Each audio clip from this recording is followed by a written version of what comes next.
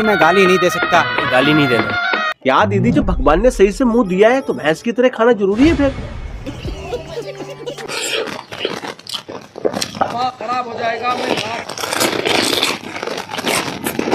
इतना मिर्च खाना गलत बात नहीं है, सुबह से निकालना भी है, ये अच्छी बात है। समझ रहे हो? रख ली है तस्वीर दिल में छुपा के। और ये जो लेग पीस बचे हैं ना, इन्हें पिछवाड़े से डाल लो, मुंह तो भरा हुआ है, कुछ जल्दी हो जाएगी। हाँ तो आज आप सब्सक्राइब करो यार।